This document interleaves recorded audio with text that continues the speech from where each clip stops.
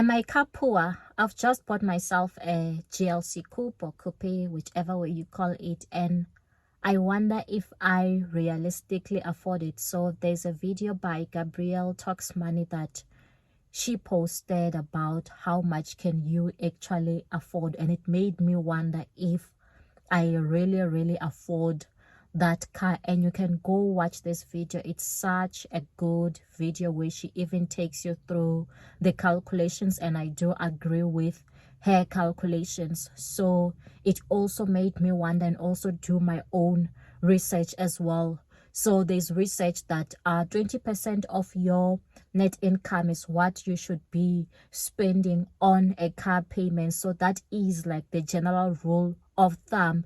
And then some, they do recommend a maximum of 30% of your monthly gross salary. Gross, by the way, should go towards your car. And then some, they do say that no more than 30% of your annual gross salary should be the value of your car. And then now when you look into the UK research, it says that it's best to spend about 20 to 25% of your total annual income on a new car. And then using the average UK salary of 34.9k pounds per year, this gives you about 6.9k pounds to 8.7k pounds to spend on a new car. And let's just be realistic, guys. What can you get? What car can you get? What brand new car can you get for such an amount? It doesn't make sense. So hi guys, my name is XIREN and I am a chartered accountant by profession. So in this video, I'll be taking you through my own practical example with my own car, the values that I am paying to assess if I am indeed car poor and if I really do afford the car that I've just bought for myself now. So the value of my car is 1.4 million rands. So in US dollar terms, it's around 77 K US dollars. So it keeps fluctuating depending on the exchange rate. And then if we are looking at the fact that it should not exceed 30% of my gross annual income, it means that my gross annual income should be 4.7 million rands per year.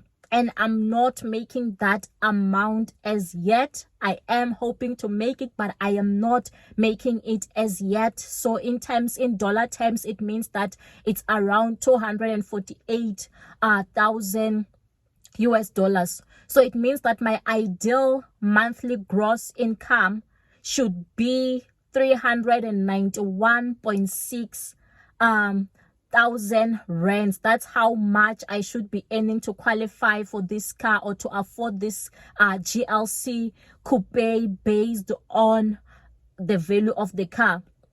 And then the ideal net, it means that my monthly net income, assuming that the tax rate is 45%, it means that my net income per month should be 215.4k per month. This is in terms of rands, South African rands.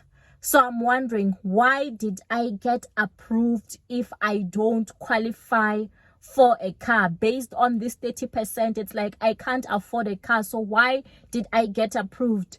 So first of all, I think the dealerships are eager to sell cars because they know that the car prices have gone up. So realistically, it means they can't even make a sale based on this 30% rule of thumb. So they need to break this rule of thumb and look at other and do other assessments themselves.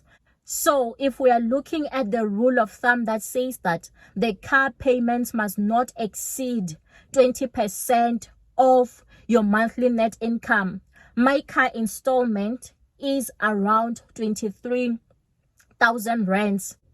And then I was approved for a GLC 300 GLC coupe 300D, but which was an installment of 27,000.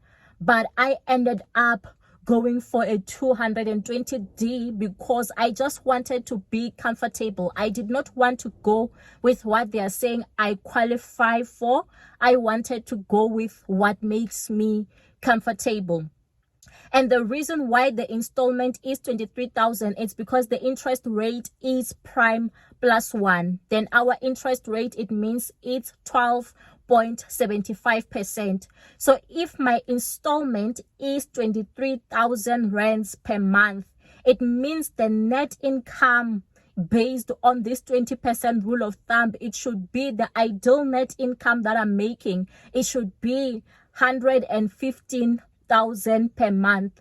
So do I make that amount? Some months yes, some months no. And then there's also insurance cost. It's around 2,000. Fuel, let me estimate at 2,000. Tracker, 200 rand. So it means that on this car I am spending 27,200 rands per month.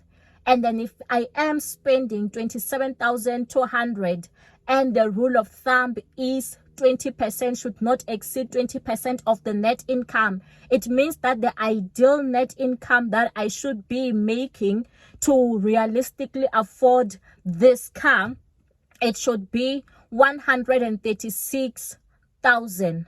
So in US dollar terms, it's 7.2k US dollars. So I would say that if you are shopping for a new car, don't just take what the dealer says you qualify for, because sometimes it happens as well when you are completing your income and expenses that you understate those expenses because you want to be approved for the finance for the car. So the dealership doesn't really know your actual expenses. Only you know your actual expenses. So you must choose what you are comfortable with, not what the dealer says this is what you qualify for. Even if you do qualify for it, but realistically speaking, you are looking at all your expenses, you are looking at your debts, you are looking at all your mortgage or your rent, and you realize that you don't have enough money, then don't take the deal, even if they say you qualify, because a car comes with a lot of costs. I've already mentioned the cost of insurance. I've already mentioned the cost of gas, of the cost of fuel, and sometimes you might have to be replacing the tires, or sometimes an accident might happen and you need to be paying the excess for your insurance. A lot happens with a car, so you need to be ready for it. But you can just see based on what the rule of thumb say of 30% gross annual gross per year, it just seems like impossible to afford a brand new car. That is why they do at the dealership allow you to stretch it a bit. But even if they do allow you to stretch it a bit, assess your own financial circumstances before you make that decision. And also, I advocate for finding more ways of making money. Find other ways of making money so that you don't feel the impact of inflation, because at the rate at which things are happening, inflation keeps rising, while you find that income or salaries or wages, they don't rise to the level of inflation. So that is why you need to find other smart ways of making money, and also of saving money, and also having those passive income generating assets. Thank you so much for watching the video. Don't forget to like, to subscribe, to comment on the video if you liked it, and also to share your views.